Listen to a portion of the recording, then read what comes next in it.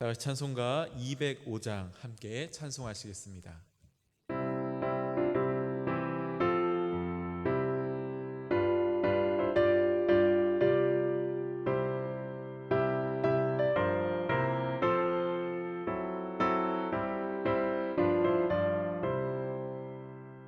주 예수 크신 사랑 늘 말해주시오.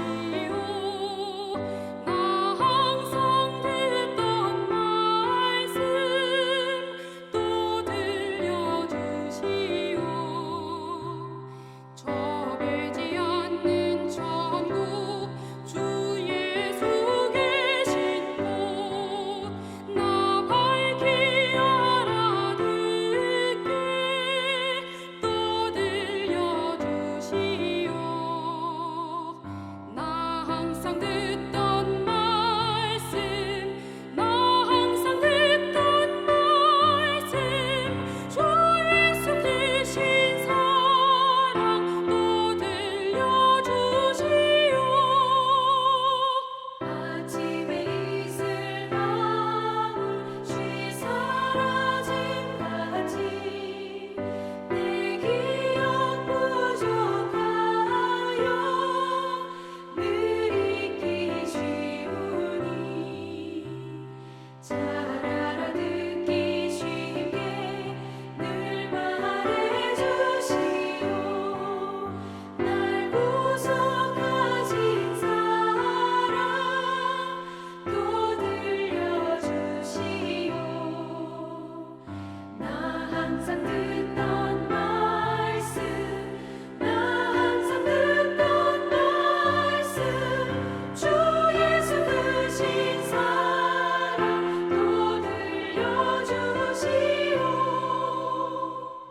주 예수 나를 위해 이 세상 오셔서 날 구속하신 은혜 말하여 주시오. 나 같은 사람 위해 주 보혈을 흘렸네. 이 복스러운 말씀 또 들려주시오.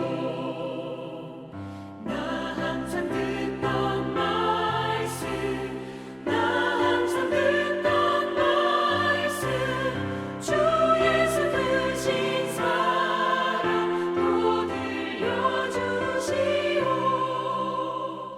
이 세상 헛된 영광 날 미혹할 때에 주 예수 크신 사랑 늘 들려주시오. 천국의 빛난 영광 내 눈에 비칠 때 주 예수 크신 사랑 또 들려주시오. 나 항상 듣던 말씀 나 항상 듣던 말씀 주 예수 크신 사랑 또 들려주시오. 오늘 우리에게 주신 하나님 말씀은 사도행전 24장입니다. 사도행전 24장 24절에서 27절까지 말씀, 신약성서 231쪽에 있습니다. 사도행전 24장 24절에서 27절까지 말씀 봉독하겠습니다. 수일 후에 벨릭스가 그 안에 유대 여자 드루실라와 함께 와서 바울을 불러 그리스도 예수 믿는 도를 듣거늘 바울의 의와 절제와 장차 오는 심판을 강론하니 벨릭스가 두려워하여 대답하되 지금은 가라. 내가 틈이 있으면 너를 부르리라 하고 동시에 또 바울에게서 돈을 받을까 바라는 고로 더 자주 불러 같이 이야기하더라. 이태가 지난 후 보르기오 베스도가 벨릭스의 소임을 이어받으니 벨릭스가 유대인의 마음을 얻고자 하여 바울을 구류하여 두니라.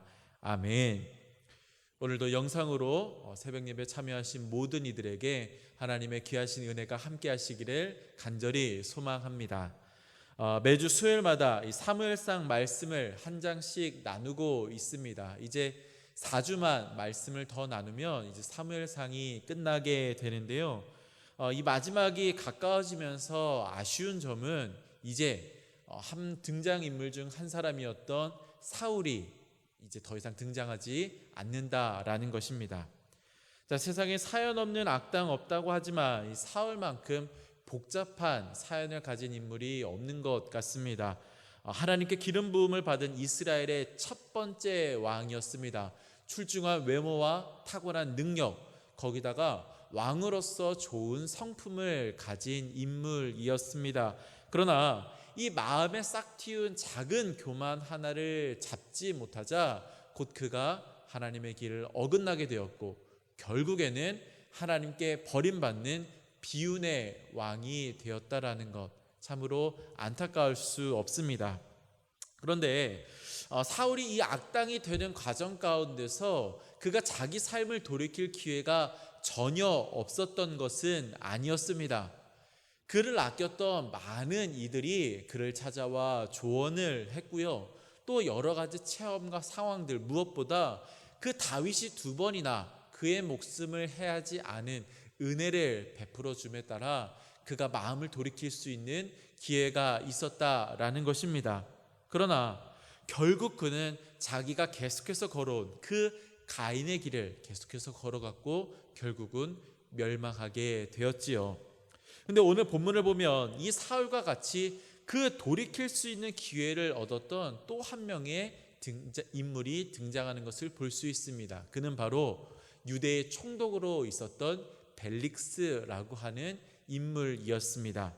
자, 우리가 읽지는 않았지만 오늘 본문 1절에서 23절까지 말씀은 이제 바울이 유대의 이 대제사장 아나니아에게 고소를 당해서 재판을 받는 과정이 이제 아주 자세히 기록되어 있음을 알 수 있습니다. 전문 변호사가 등장하게 되고요. 당시의 재판에 사용되었던 실제 단어와 어휘 또한 순서 등을 그대로 기록함으로써 이 수사학적으로서도 굉장히 가치가 있는 본문입니다.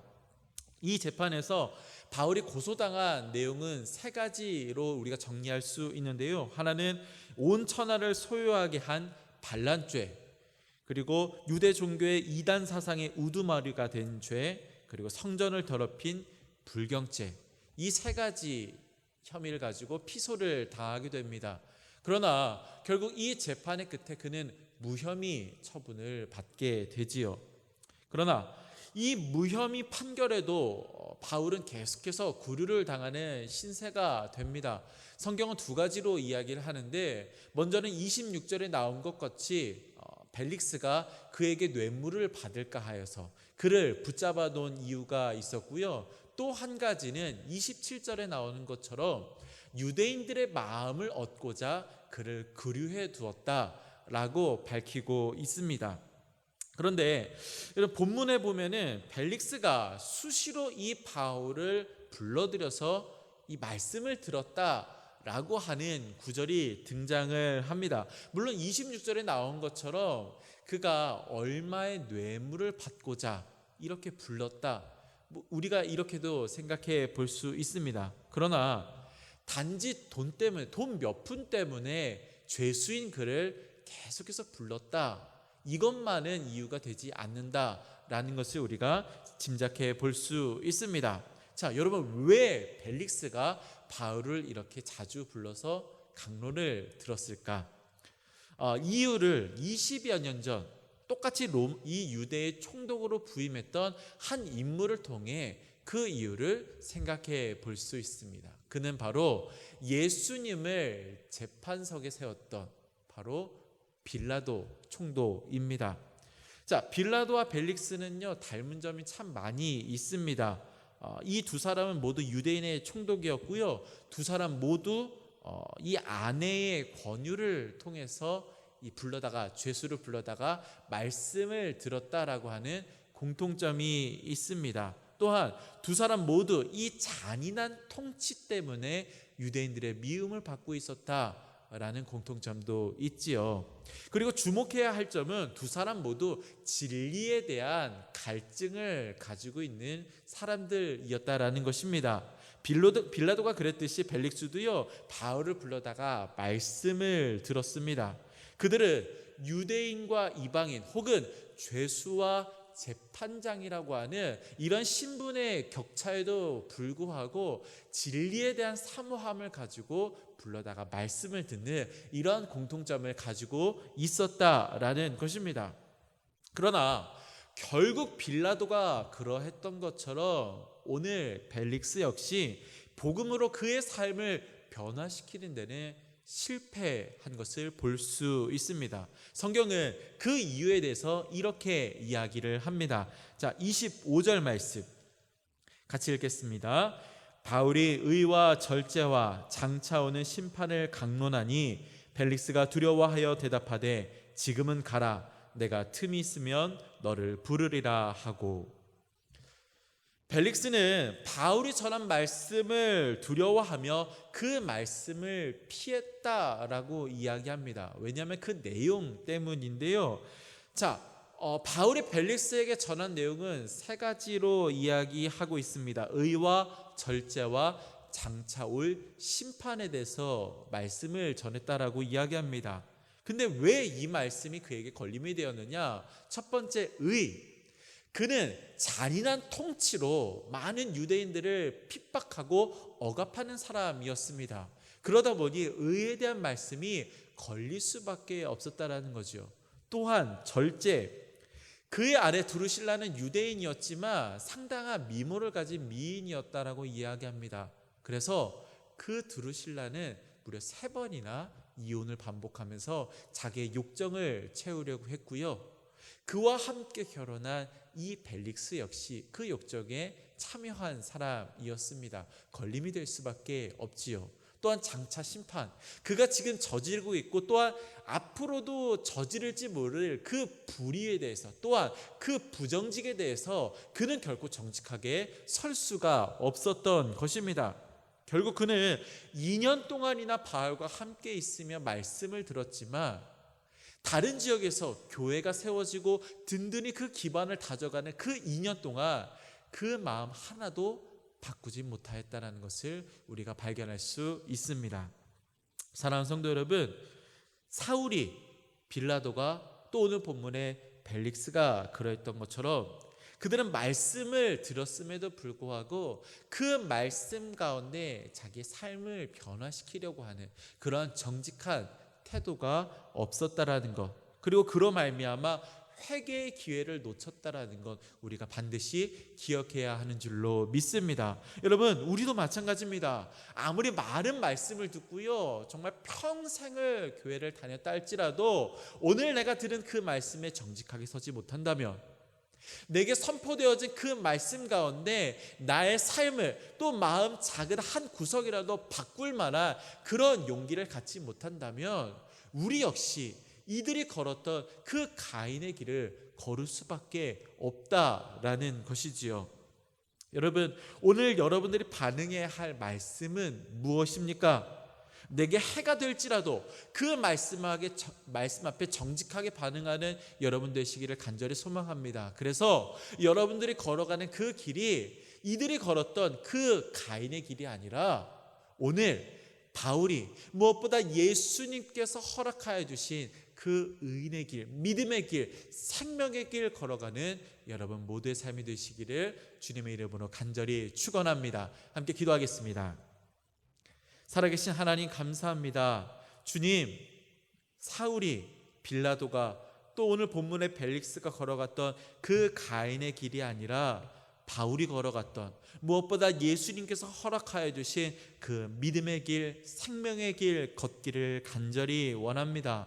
오늘 내게 선포되어진 그 말씀 가운데 정직하게 반응할 수 있게 도와주시고, 또한 그 말씀 가운데 우리의 마음과 삶을 변화시킬 수 있는 그 용기를 가질 수 있도록 주님 도와 주시옵소서. 상황과 환경으로 인연하여서 가정에서 예배드리고 있습니다. 하나님, 그 처소마다 주님 임재하여 주시고 그 삶의 자리가 정말 하나님께서 임재하시고 역사하시는 거룩한 성전이 되고 하나님 귀하게 임재하여 주시는 하나님의 처소가 됨을 잊지 않고 오늘 이 하루 거룩하게 신실하게 정직하게 살아갈 수 있도록 도와주시옵소서. 오늘도 우리를 생명의 길로 인도하여 주시는 우리 구주 예수 그리스도의 이름으로 기도합니다. 아멘. 찬송가 204장 함께 찬송하시겠습니다.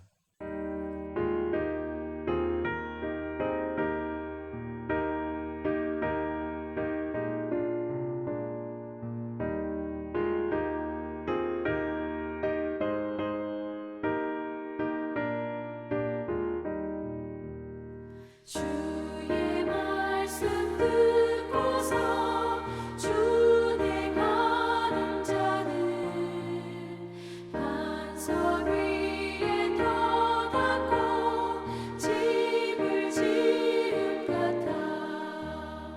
비가 오고 물나며 바람 부딪혀도 반석 위에 세운 집 무너지지 않네.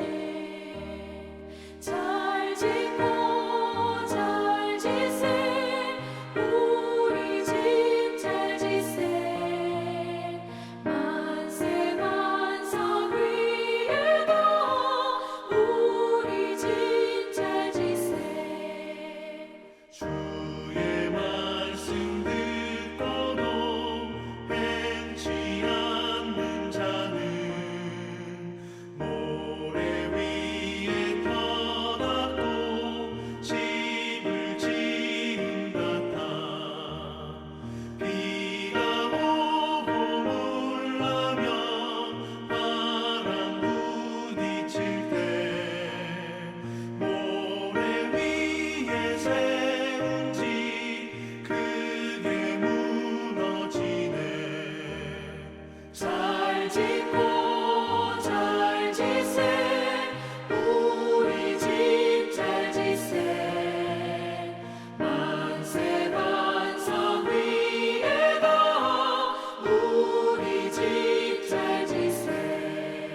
세상 모든 사람들 집을 짓는 자니 반석 위가 아니면 모래 위에 짓네. 우리 구주 오셔서 지은 상을 줄때 세운 공로 따라서 영영상벌 주리. 잘 짓고 잘 지세 우리 집 잘 지세. 만세 반석 위에도 우리 집 잘 지세.